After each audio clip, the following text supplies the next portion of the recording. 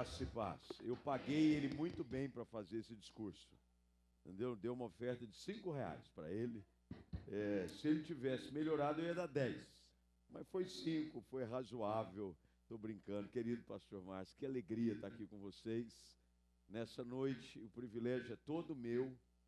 Todas as vezes que eu tenho a oportunidade de falar do amor de Deus, de abrir a palavra, de pregar o evangelho, pode ter certeza, a honra é daquele que o faz. E hoje, para mim, não é diferente.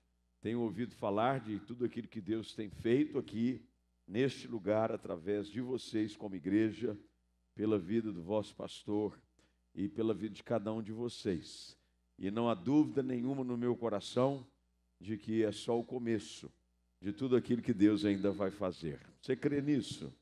Eu creio que Deus vai nos surpreender, porque o nosso Deus é especialista em nos surpreender com coisas extraordinárias. Deus tem sempre coisas muito melhores, maiores do que você possa imaginar. Eu vou tentar mexer aqui, ele mexe lá, né? Ok. Oi? Não, eu estou me ouvindo bem aqui. Tá ótimo. Vocês estão me ouvindo bem? Alguém não está me ouvindo? Uma pessoa vai dizer, sim, eu não estou te ouvindo. Tá baixo. Tá baixo lá no fundo. Então, mas daqui a pouco a gente vai. Eu vou aqui contar então uma historinha, enquanto o pessoal vai ajeitando. Mas eu tenho caminhado já, estou indo para 28 anos de ministério pastoral.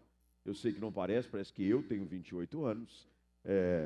Mas nesses 28 anos de ministério pastoral, eu tenho tido a oportunidade de testemunhar com os meus próprios olhos aquilo que o Evangelho tem o poder de realizar na vida de pessoas, de qualquer pessoa. Deus é especialista em pegar situações sem esperança, de desespero, de tristeza, aonde até mesmo a sociedade e alguns da nossa própria casa chegaram a ponto de dizer, não há esperança para eles em Deus. Lembra do que o salmista diz? Como cresceram os meus inimigos, são muitos os meus adversários. Muitos se levantam para dizer, não há salvação para eles em Deus. Mas ele diz, porém tu, Senhor, é o meu escudo, é a força para o meu viver. Então a gente está aqui hoje para declarar isso, de que Deus pode todas as coisas. Amém. Eu vou pedir para você gentilmente ficar de pé mais uma vez e abrir a sua Bíblia comigo no Evangelho, segundo escreveu Marcos capítulo 5. Marcos capítulo 5. Eu vou a um texto, talvez que seja conhecido de todos vocês, que é um texto que se encontra a partir do versículo de número 21. Marcos capítulo 5, verso de número 21. O texto fala sobre a dificuldade que um homem em particular encontra dentro de casa. As crises mais difíceis que nós enfrentamos não estão do lado de fora, estão dentro de casa. Não é verdade? Normalmente os problemas de dentro de casa, eles refletem fora de casa também. E quando você começa a enfrentar problemas dentro de casa, a pressão, ela se torna intensa. Porque até mesmo no lugar que deveria ser o seu lugar de fuga, de refúgio, de descanso, é o lugar onde você enfrenta os seus dilemas, os seus problemas. E eu quero, hoje à noite, olhando para esse texto, tirar algumas lições e compartilhar com vocês. Eu espero que seja útil para a sua vida. E eu costumo dizer para quem me ouve que é muito importante você tomar nota, manter a sua Bíblia aberta, porque serão diretrizes que vão ajudá-lo a como reagir diante das crises da vida. É sobre isso que eu quero falar. Como reagir diante das crises da vida. E o texto sagrado eu leio da Nova Versão Transformadora, que diz assim, Jesus entrando de novo no barco, voltou para o outro lado do mar, onde uma grande multidão se juntou ao seu redor na praia. Então chegou um dos líderes da sinagoga local, chamado Jairo. Quando viu Jesus, prostrou-se a seus pés e suplicou repetidas vezes: minha filhinha está morrendo. Por favor, venha e ponha as mãos sobre ela, cure-a, para que ela viva. Jesus foi com ele, e todo o povo o seguiu, apertando-se ao seu redor. Vá agora ao verso 35, por favor. Enquanto Jesus ainda falava com a mulher, chegaram mensageiros da casa de Jairo, o líder da sinagoga, e lhe disseram: sua filha morreu. Para que continuar incomodando o mestre?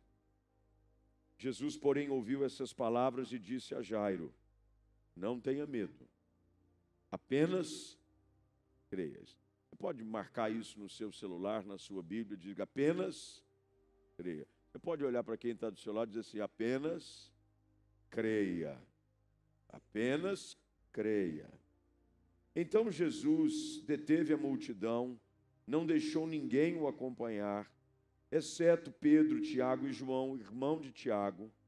E quando chegaram à casa do líder da sinagoga, Jesus viu um grande tumulto, com muito choro e lamentação.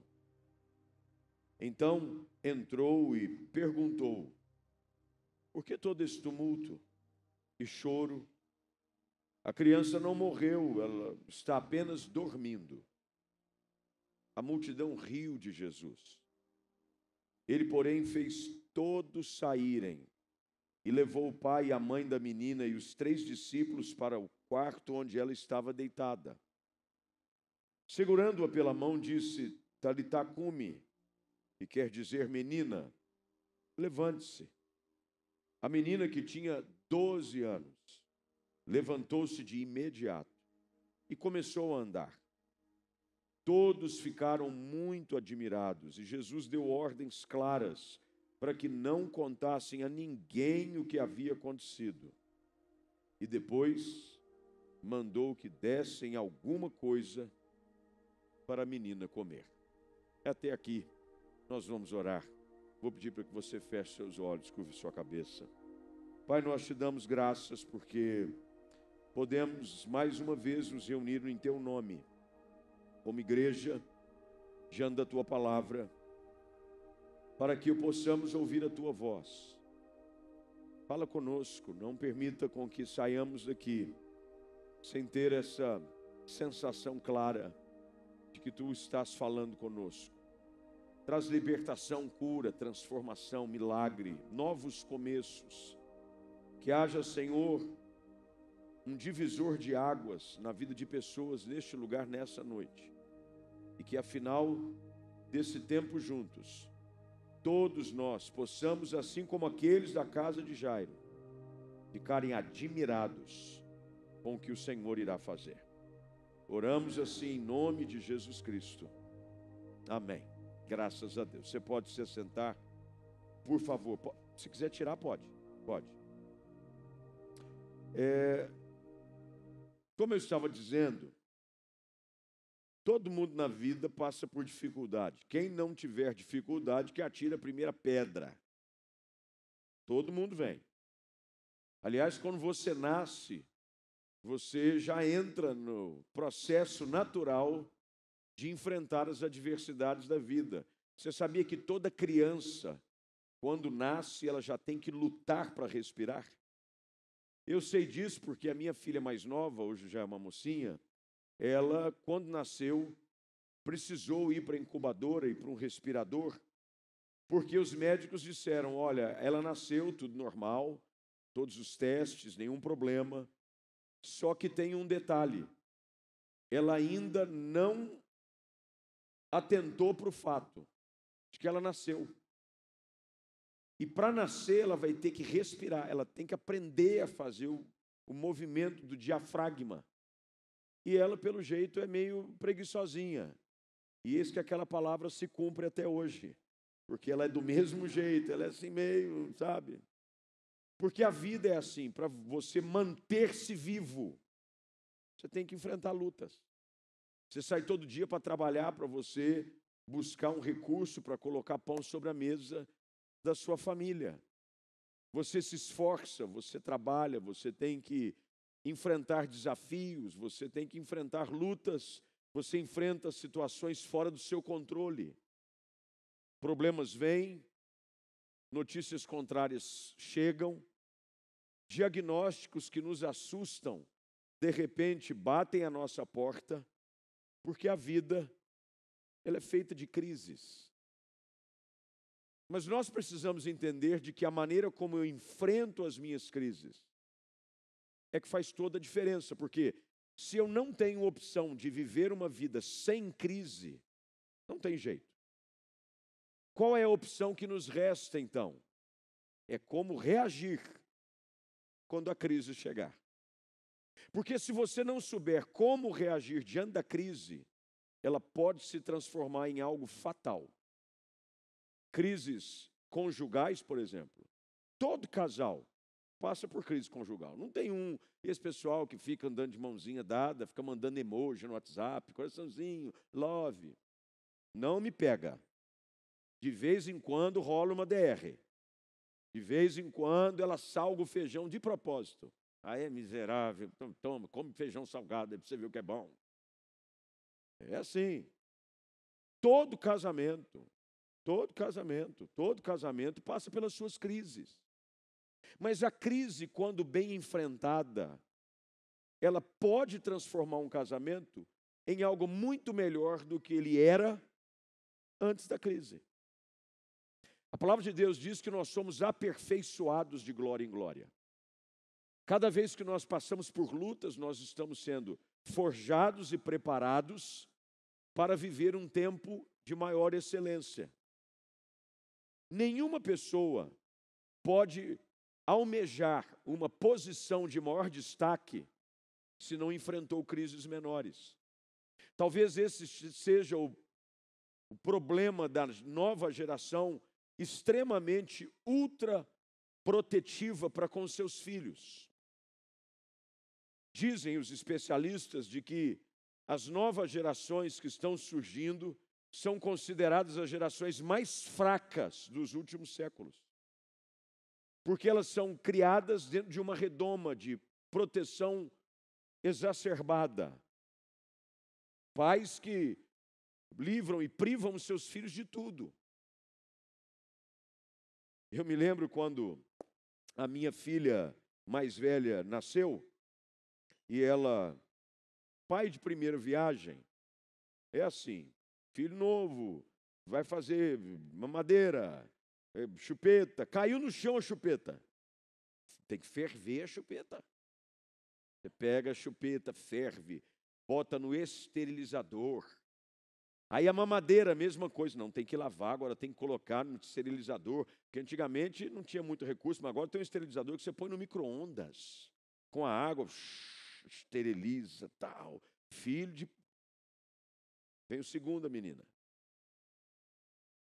Já não precisava lavar tanta chupeta. Não é? Pega a chupeta, faz assim, né? O próprio pai, puxa, tira a impureza, toma, minha filha, vai. É ou não é? O segundo filho, a mamadeira, esterilizar, nada, joga uma água na pia, é ou não é? Põe o dedo assim, empurra o que sobrou no bico. Pronto, sacode, vai. Porque quando você expõe os seus filhos à realidade do que a vida é, eles vão desenvolvendo o que naturalmente os médicos chamam de anticorpos. Tem uma turma aí que é assim bem raiz, né? Um pessoal bem radical, que o pessoal começou com essa onda de Covid, tem um dia assim, não, eu fui criado numa situação que quando tinha alguém que pegava sarampo, catapora, a gente já punha junto para pegar logo. É ou não é? Quem é dessa geração aí? Ah, tem um fulano, põe, já pega logo. Seu irmão pegou, dorme junto, para pegar logo.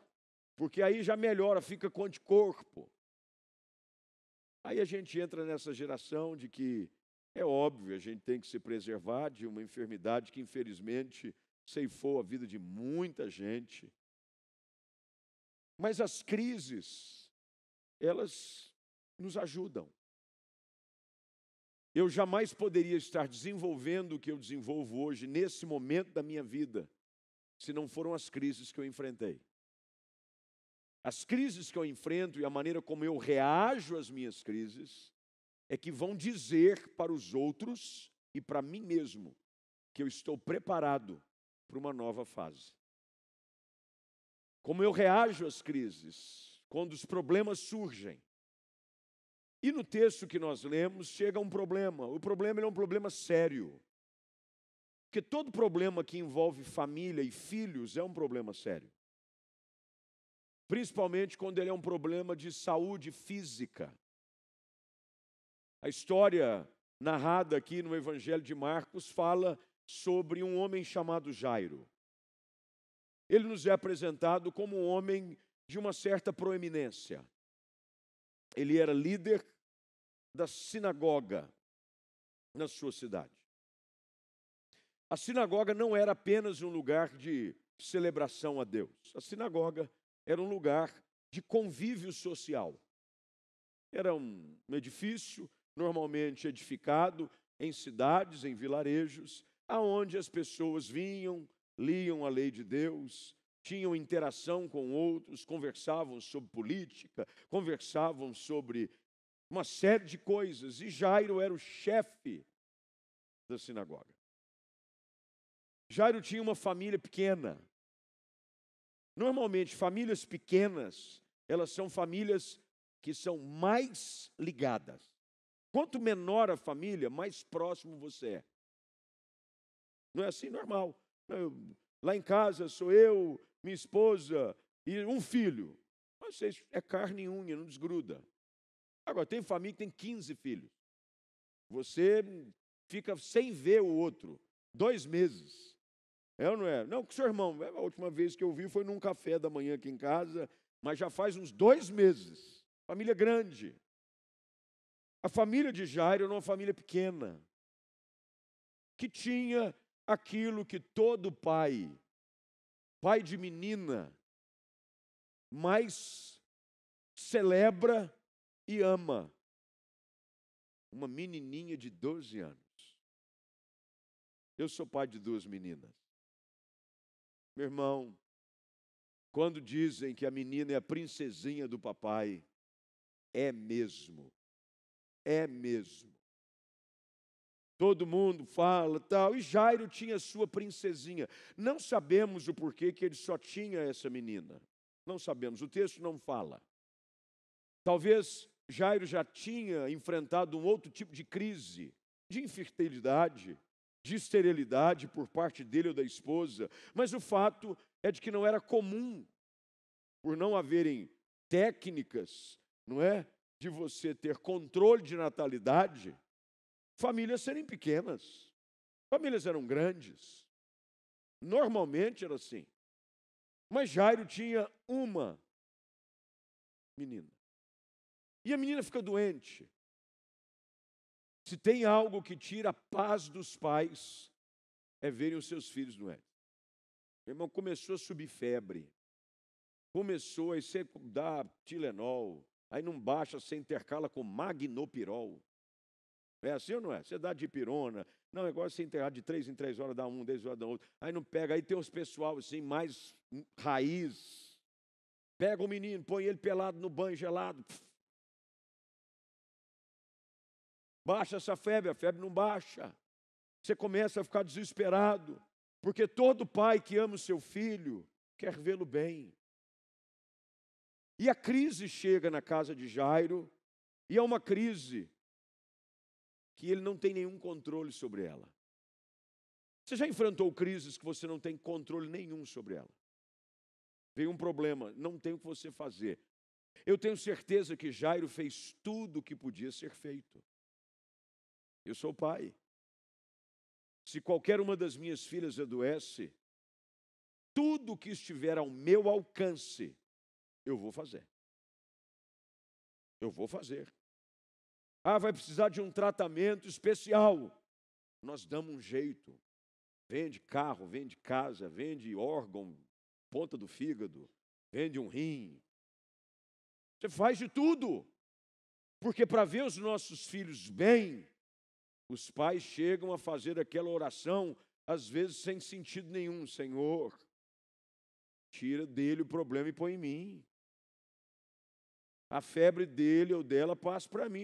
Quem já fez essa oração de pai aí? Senhor, pelo amor de Deus, ele é novo, se tiver que alguém morrer, morre eu.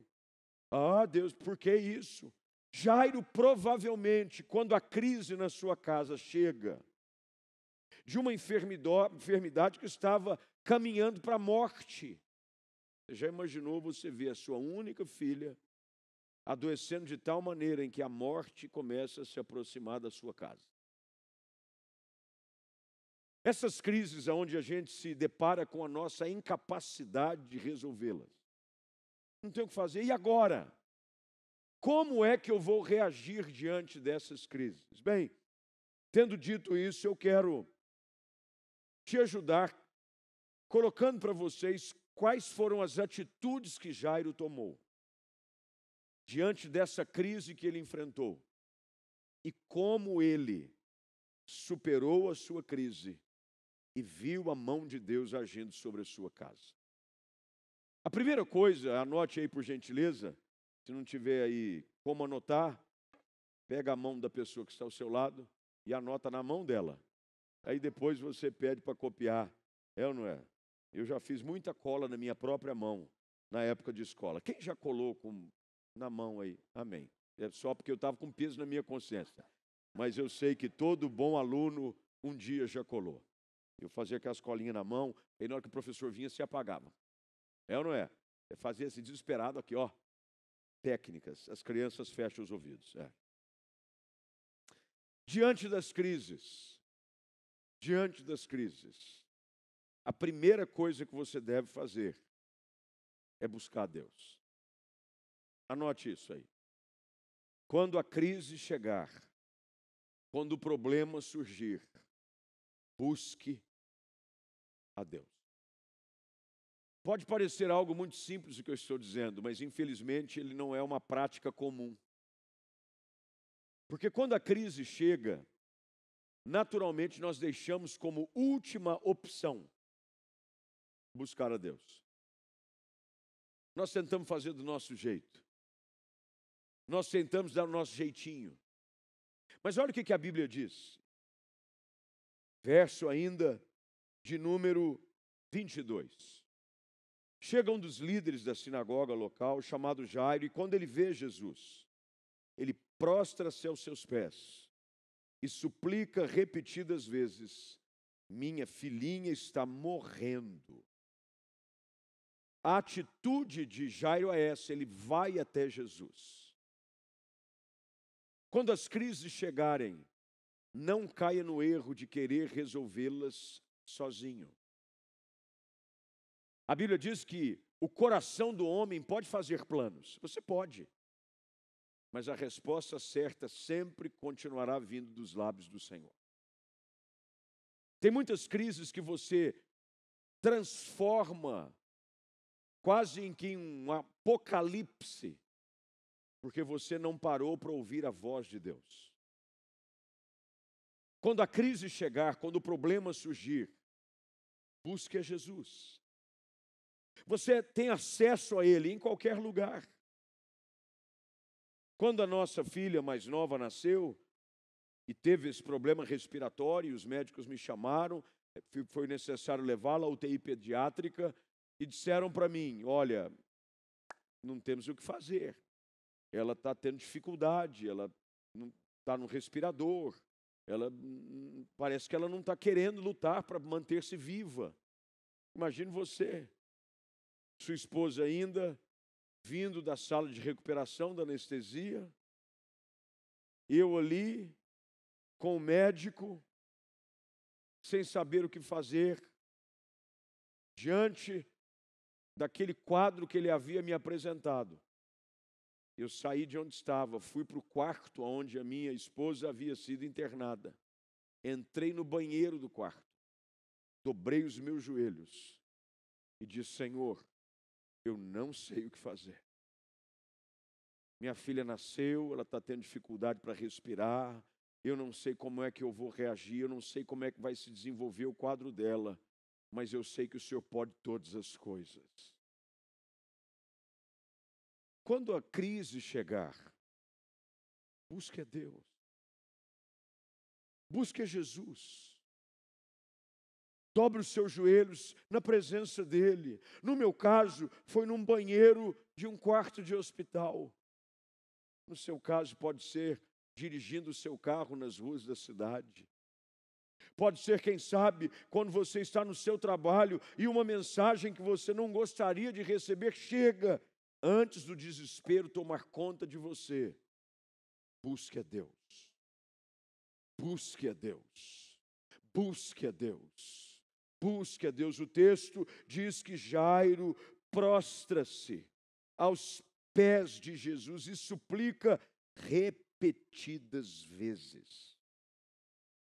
Diga para Jesus qual é o seu problema.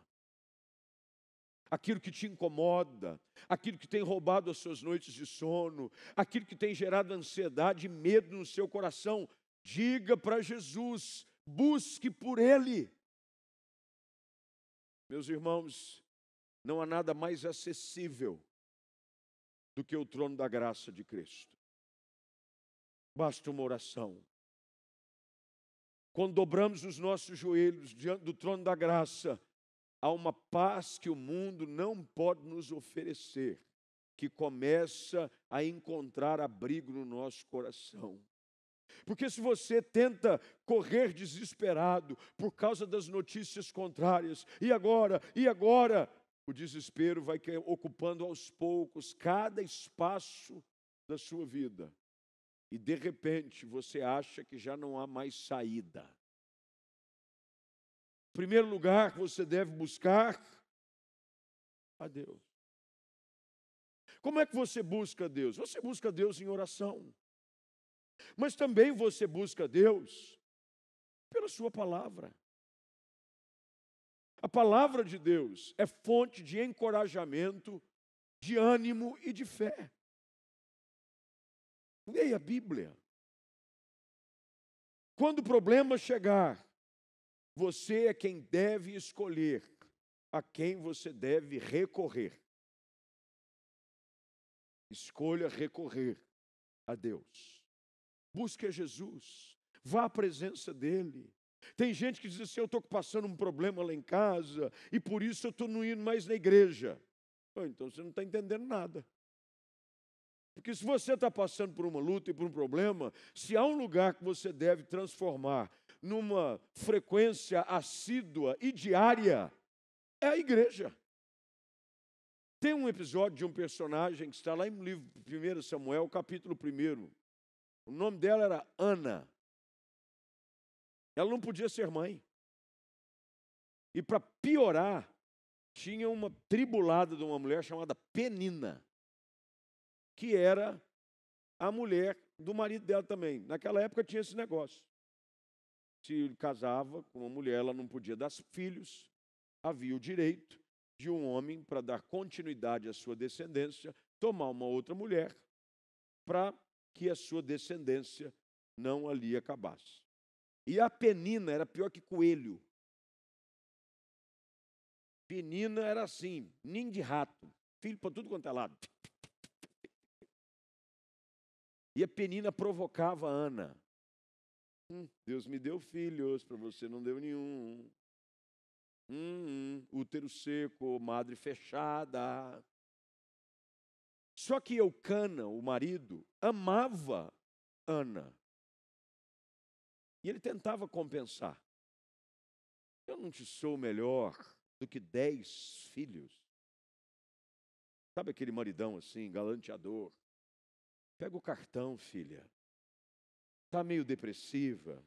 Pega o cartão, vai para o shopping. Que isso? Vai ficar chateada com isso. Vai dar uma volta. Você não tinha falado daquela sandália? Vai lá, minha filha. Compra a sandália. E não compra só a sandália, não. Compra uma bolsa para combinar. Oh, benção, irmãs. Glória. Só que para Ana, a bolsa, a sandália, essas coisas não preenchiam o vazio do seu coração. E quanto mais vazia ela estava, mais ela buscava Deus. Até que um texto diz, no capítulo 1, de que quando Eucana vai ao tabernáculo levar sacrifícios, Ana vai com ele. E a Bíblia diz que ela prostra-se no altar e chora copiosamente. E a Bíblia diz que o choro de Ana era um choro que demonstrava a amargura da sua alma. Mas assim como Ana, assim como Jairo, nós aprendemos aqui o segredo para enfrentar as crises. Quando o problema chegar, busque a Deus. Tem gente que o problema chega, ele posta no Facebook, me sentindo triste.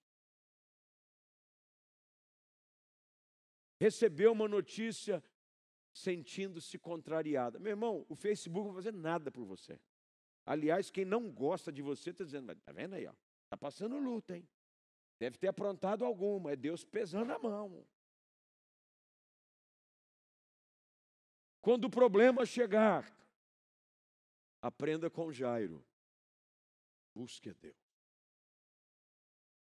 Busque a Deus. Pastor, meu filho está desviando. Busque a Deus.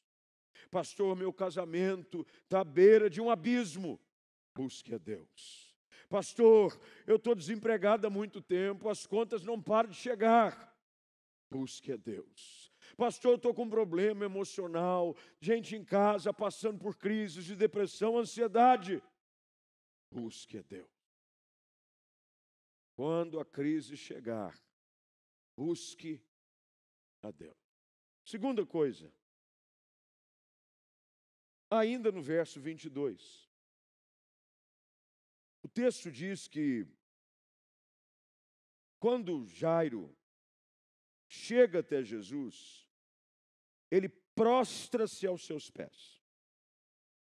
Prostra-se a seus pés. E ele diz, venha, põe as mãos sobre ela, cure-a. Todos os verbos estão na sua forma imperativa. Vai acontecer. Se o senhor for, pôr a mão, vai acontecer. Para que ela viva.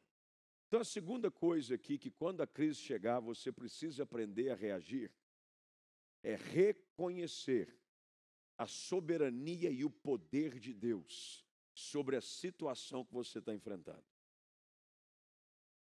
Quando a crise chegar, não entre no erro de achar que o teu problema é maior do que o poder do Deus a quem você serve. Tem gente que acha, o problema veio, não tem o que fazer. Não, agora nós estamos perdidos. Não viu o quê? Isso aí não tem volta. Fez isso, aconteceu isso, o diagnóstico foi esse. Eu conheço gente que enfrentou essa mesma situação e não se recuperou. Jairo não adota esse discurso. Jairo escolhe, diante da crise, reconhecer que a filha está doente, mas que Jesus tem o poder para pôr as mãos sobre ela e ela ser curada. Quando a crise chegar, reconheça que o Deus a quem você serve é maior que o seu problema. Não há enfermidade que Ele não possa curar. Não há vida que Ele não possa transformar. Não há porta que Ele não tenha poder para abrir. E nem portas que Ele não tenha poder para fechar. Reconheça, Jairo diz, se o Senhor vier, pôr a mão sobre ela, ela vai ser curada. Declare que o poder de Deus é maior do que o poder da crise. Está tendo guerra, Ucrânia, petróleo disparando, como é que vai ser? Olha o preço do trigo, o preço do milho. Deus continua sentado no seu alto e sublime trono. Ele é maior, quem cuida de você, o guarda de Israel, que a sua vida está nas mãos de Deus. Talvez haja alguns aqui, como eu, que foi criado dentro da igreja. E criados dentro da igreja, a gente foi criado com algumas canções que eram quase que o hit parade, principalmente nos momentos de oração da igreja. E uma delas é: a minha vida está nas mãos de Deus. Os meus problemas, Deus resolverá. Nenhuma provação me desanima. A minha fé está no meu Senhor. A minha vida está nas mãos dele. Nenhuma provação me desanima, porque quem cuida de mim é um Deus que, com o poder da sua palavra, muda realidades.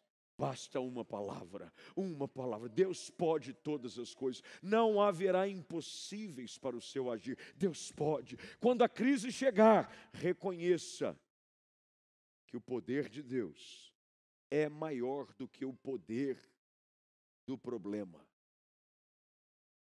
3 personagens judeus que haviam sido levados à Babilônia, que têm os seus nomes conhecidos, os seus nomes babilônicos: Sadraque, Mesaque e Abdinego.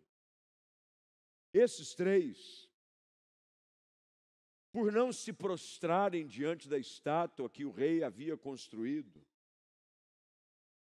estavam agora presos e ameaçados a serem lançados na fornalha que ardia em fogo, o qual o rei mandou aumentar 7 vezes. Se vocês não ajoelharem, o fogo da fornalha vai consumi-los. Quem é bom de escola dominical aqui sabe qual foi a resposta dos 3. Eles disseram: se o Senhor a quem servimos quiser livrar-nos, Ele livrará. Contudo, diante dessa estátua, nós não nos prostraremos. E você conhece o desfecho da história. Lançados dentro da fornalha, de repente, um 4º homem aparece. E nem com cheiro de roupa queimada eles saem de lá, porque são tirados. Porque quando você reconhece que Deus é maior que o seu problema, você faz uma declaração de confiança absoluta de que a crise não vai te fazer desanimar. Terceira coisa que essa história nos ensina está agora no verso de número 23 ainda. São declarações de Jó. Jó, repetidas vezes, grifa isso na sua Bíblia, ele suplica repetidas vezes. Minha filhinha está morrendo, põe a mão sobre ela, ela vai ser curada, ela vai... Você precisa, diante das crises da vida, adotar um discurso de vitória.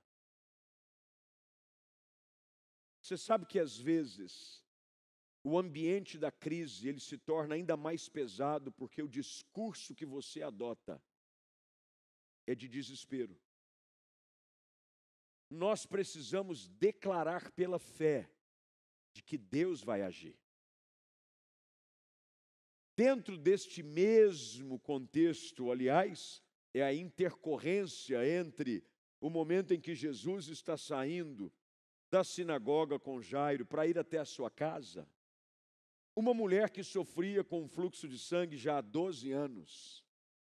Tendo procurado ajuda, ela tinha recurso, gastou tudo com os médicos e não conseguia melhorar, pelo contrário, só piorava. Olha o que a Bíblia disse.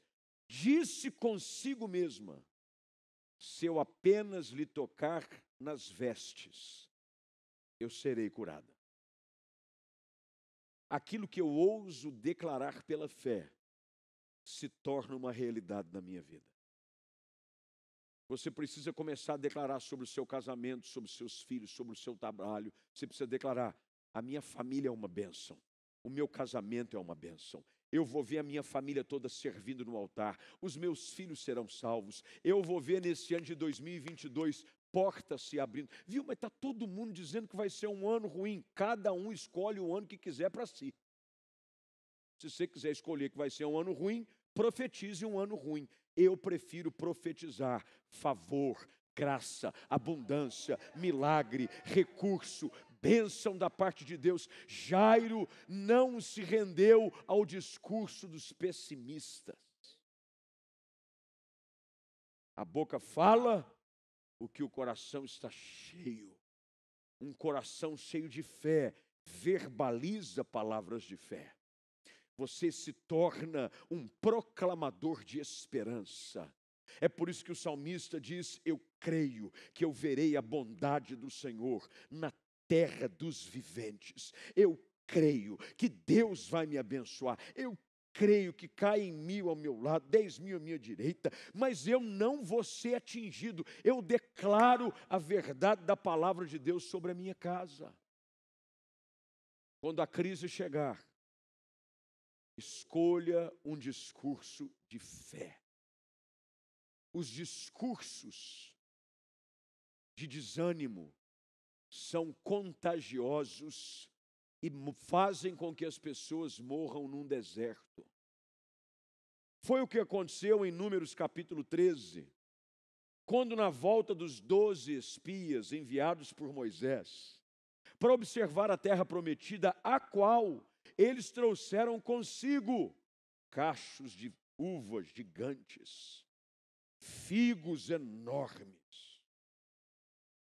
E toda a congregação de Israel, vendo a volta dos seus espias, trazendo o fruto que era bom da terra, terra prometida,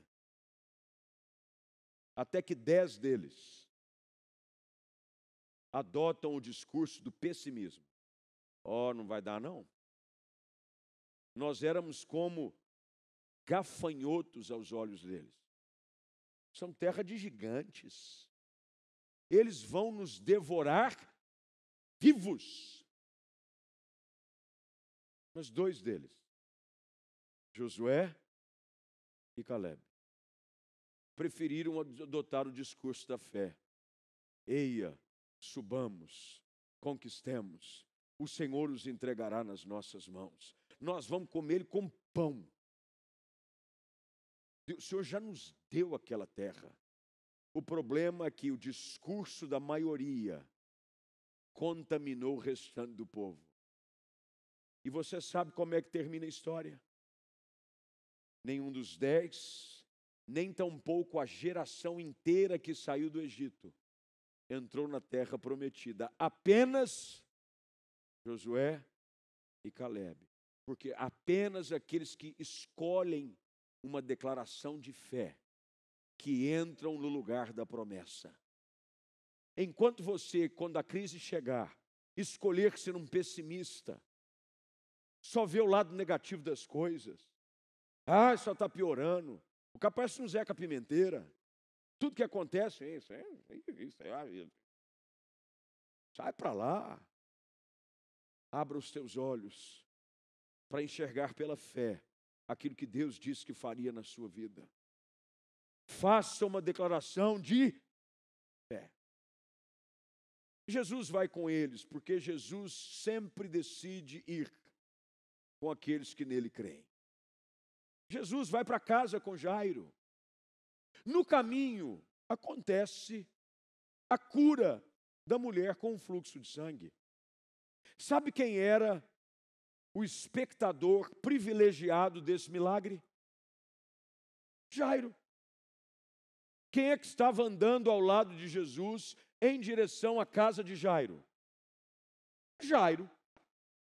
Então, quando a mulher toca na orla da veste de Jesus, quem é que capta todas as cenas ao vivo e a cores? Jairo. Imagina o coração dele como num senso de alegria. Jesus está indo para casa comigo, ele acabou de curar essa mulher. A mulher, 12 anos sofrendo, olha que coincidência, minha filha tem 12 anos. Isso é profético, isso é profético. O pessoal do Pentecostal já começa, é profético, é profético, é profético. Jairo já anima, 12, com 12. Na Bíblia é tudo 12. Quando não é 12 é 24. Quando não é 24 é 40. Quando não é 40 é 70. Quando não é 70 é 120. Na Bíblia é assim. 12.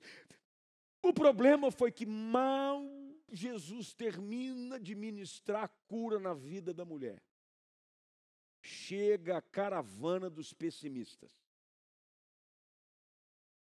Deixa eu explicar uma coisa para você. Na jornada entre a crise e a resolução do seu problema, infelizmente você vai cruzar com muita gente que vai querer te fazer desanimar no meio do caminho. Olha o que a Bíblia diz, verso de número 35. Enquanto Jesus ainda falava com a mulher, que mulher é essa? A mulher com fluxo de sangue. O milagre estava fresquinho. Chegam mensageiros da casa de Jairo, líder da sinagoga, e diz: sua filha morreu. Para que continuar incomodando o mestre? E aqui eu aprendo um quarto princípio de como reagir diante das crises. Anota aí, por favor. Mesmo diante das notícias contrárias, continue acreditando. Porque às vezes você sai de um culto, você já saiu de um culto assim meio virado no giraia? Deus pegou você e disse: agora vai, essa semana, arrepiado, você sai, show, glória, manto, glória, eita Deus grande. Você está dizendo: agora ninguém me segura, eu vou pisar na cabeça do diabo. Ai! Aí começa a semana, vem alguém e diz alguma coisa, porque o diabo é especialista em procurar gerar desânimo no nosso coração no meio da jornada. Lembre-se da parábola que Jesus conta, de que um semeador partiu a semear. E ele lançou a boa semente do trigo, mas veio no meio da noite. E um plantou o joio. O diabo vai tentar sempre lançar palavras de desânimo na sua jornada. Mas o que nós precisamos aprender é de que, diante das notícias contrárias, eu preciso decidir que eu não vou viver por aquilo que eu vejo ou ouço, eu vou viver por aquilo que Deus disse que faria na minha vida. Olha o que Jesus responde a Jairo. Verso de número 36. Jesus, porém, ouviu essas palavras e disse a Jairo: não tenha medo. Não é à toa, e infelizmente eu não consegui trazer nenhum dos meus livros, viu, pastor? Numa próxima eu trago. Vou vir aqui e vou trazer os livros. Eu acabei de lançar um livro chamado Não Mais Escravo do Medo. Porque o medo, ele naturalmente tende a despertar em momentos de insegurança. A pandemia da Covid gerou a pandemia do medo. O que teve de gente gerando crise de pânico, ansiedade, depressão por causa do medo.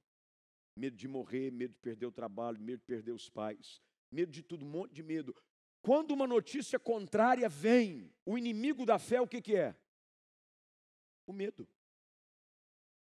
O inimigo da fé é o medo, que é um exemplo simples. Eu não sei quanto tempo eu tenho, viu, pastor? Na hora que você mandar eu ficar quieto aqui, eu fico. Pedro começou a andar sobre as águas. Ele estava andando movido pelo quê? De repente, ele começou a reparar nas ondas do mar e por ter medo, ele começou a... Qual é o inimigo da fé? Olha o que Jesus diz para Jairo. Não tema. Na versão que eu tenho aqui diz: não tenha medo, apenas creia. No meio da sua caminhada, para enfrentar as suas crises, os seus problemas, as suas lutas, você precisa continuar crendo, mesmo que o medo queira encontrar espaço no seu coração.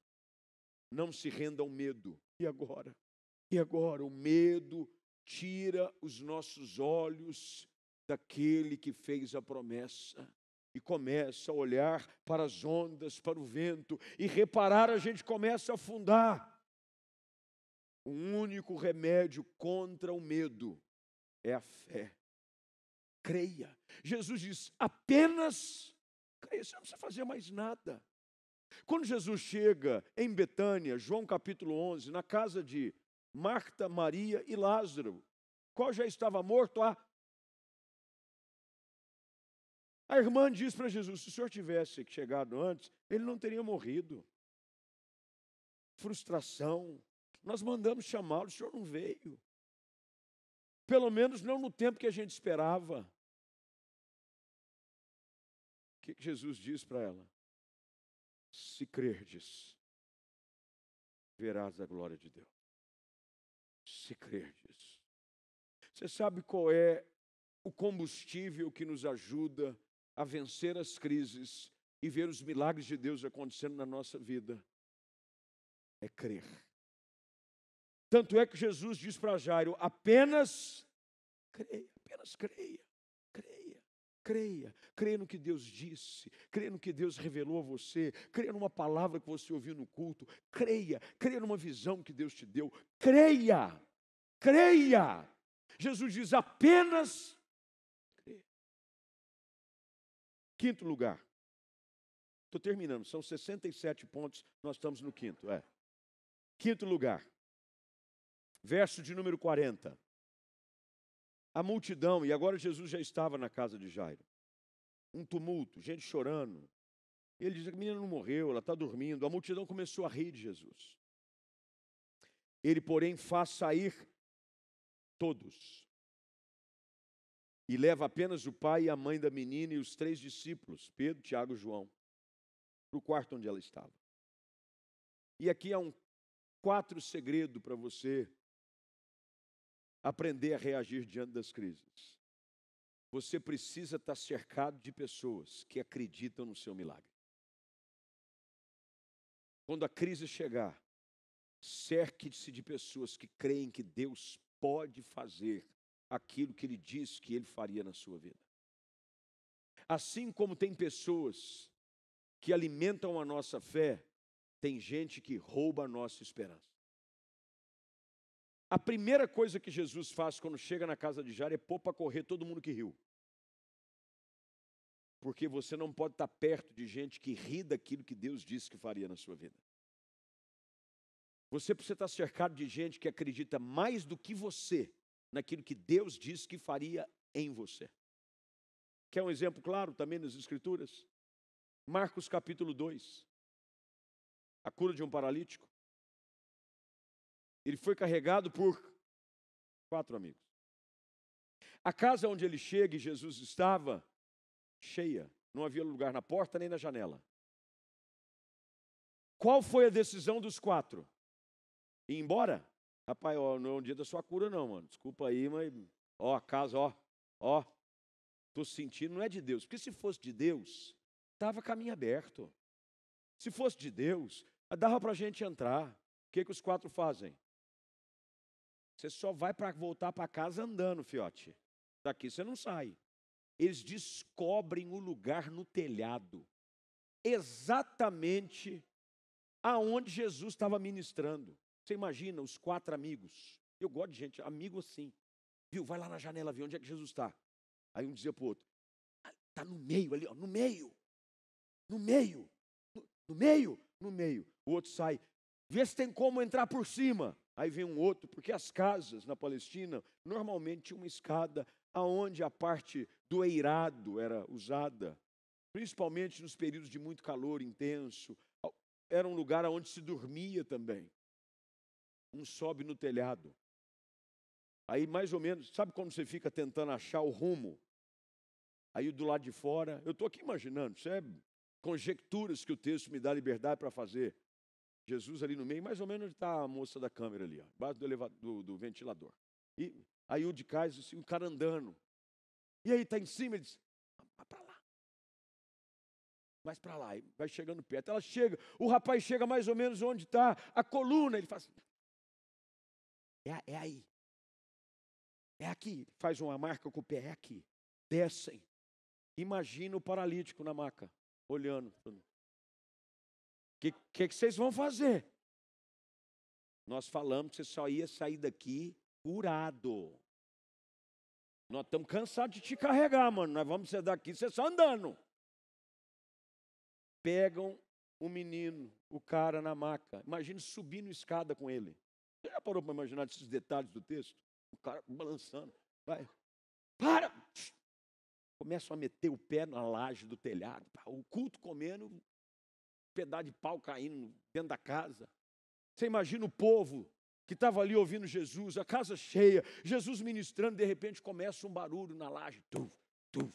Os pentecostais diziam, os anjos, glória! Deus está movendo, mistério!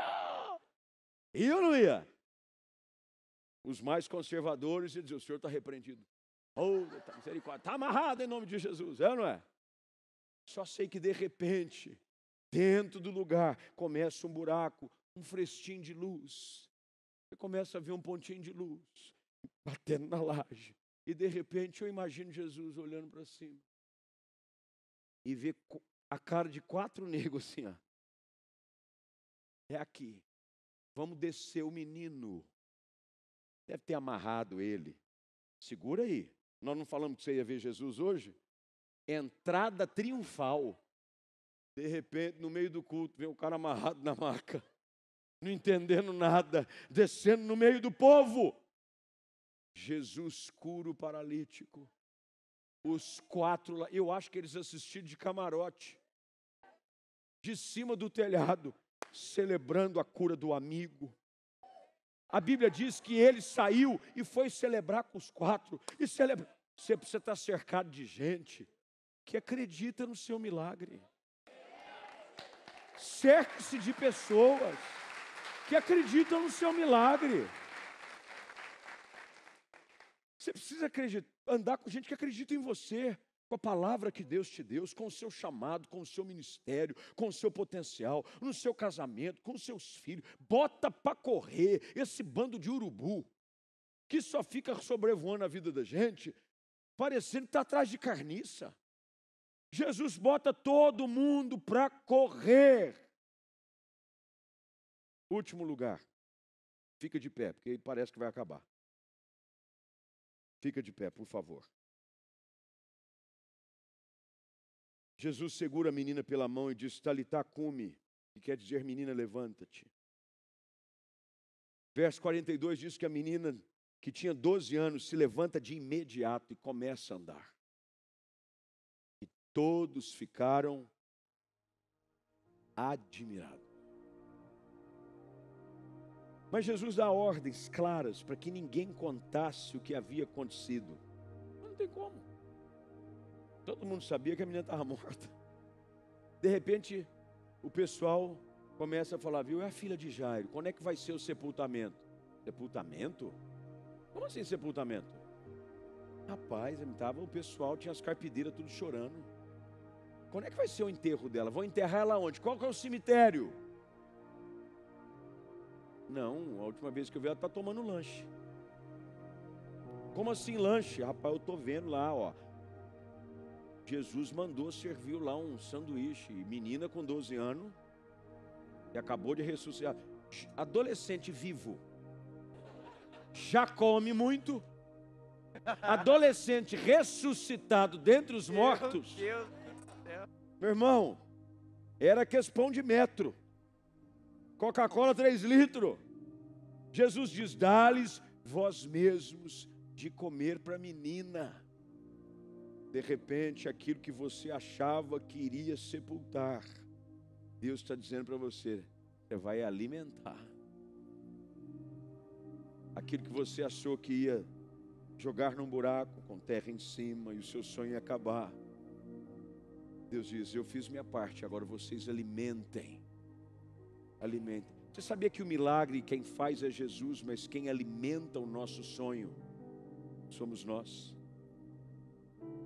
Somos nós.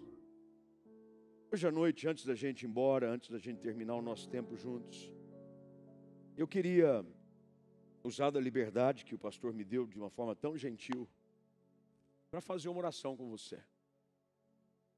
Você que está aqui, você que veio a esse espaço e quem sabe está enfrentando as suas crises, seus problemas. E as crises às vezes não estão do lado de fora, elas estão do lado de dentro. Alma angustiada. Sabe aquele sentimento que você não consegue explicar, mas tem algo dentro de você que você está começando a sucumbir diante da crise, você está começando a querer jogar a toalha, você está começando a achar que não tem saída, você está começando a desistir de um sonho, porque a crise chegou, o problema atingiu a sua casa. Mas lembre-se do que eu disse, as crises são inevitáveis, mas a maneira como eu reajo diante delas é uma escolha minha. Hoje Deus te trouxe aqui para ouvir essa palavra. Eu não creio em coincidências, eu creio em apontamentos divinos. Eu creio que Deus me trouxe aqui porque Ele queria falar com você. Você que talvez esteja aí se rendendo ao discurso da maioria e precisa hoje buscar Deus. O caminho em direção a esse processo de declaração de fé, de reconhecimento do poder de Deus, de você acreditar mesmo contra as circunstâncias, de você se cercar de gente boa, começa com o primeiro passo. Toda crise começa a ser vencida quando eu decido buscar Deus. Nada aconteceria na casa de Jairo se primeiro ele não decidisse buscar Jesus. E quem sabe a primeira coisa que você precisa fazer hoje à noite para mudar a realidade da sua vida é buscar Deus. Talvez um casamento que você está enfrentando, uma crise. Quem sabe aqui tem casais que estão passando momentos difíceis, crises. E Deus te trouxe aqui para ouvir: se vocês me buscarem de todo o vosso coração, vocês vão me ver se manifestar na vida de vocês de uma maneira que vocês nunca antes viram. Mas vocês precisam me buscar. Busque o Senhor. Buscar-me-eis e me achareis. Ele diz. Quando eu busco a Deus, nunca é uma busca vazia. Eu saio para buscar e eu o encontro. E o bom é que quando eu encontro, Ele vai para casa comigo. Portanto, eu não sei se posso chamar à frente. Posso, pastor? O que eu fizer, tá bom. Eu queria fazer um convite a você. Sem muito tempo, sem muito apelo emocional, é uma palavra que Deus falou com você. Mas se você entende que diante das lutas que você tem enfrentado, das crises que você tem vivido, há uma necessidade de você pedir socorro, buscar a Deus e aplicar essa palavra sobre a sua vida, eu vou pedir para você pedir licença do seu lugar. Mas é agora, é já. Você vai vir nesse altar, porque eu quero orar com você. Eu quero ter o privilégio de orar pela sua vida, orar pela sua causa, orar por aquilo que você está enfrentando, porque eu sei que você não vai sair daqui do mesmo jeito que você chegou. Você vai sair levando contigo para casa a resposta das suas crises, que é Cristo. Então pede licença, vem aqui à frente.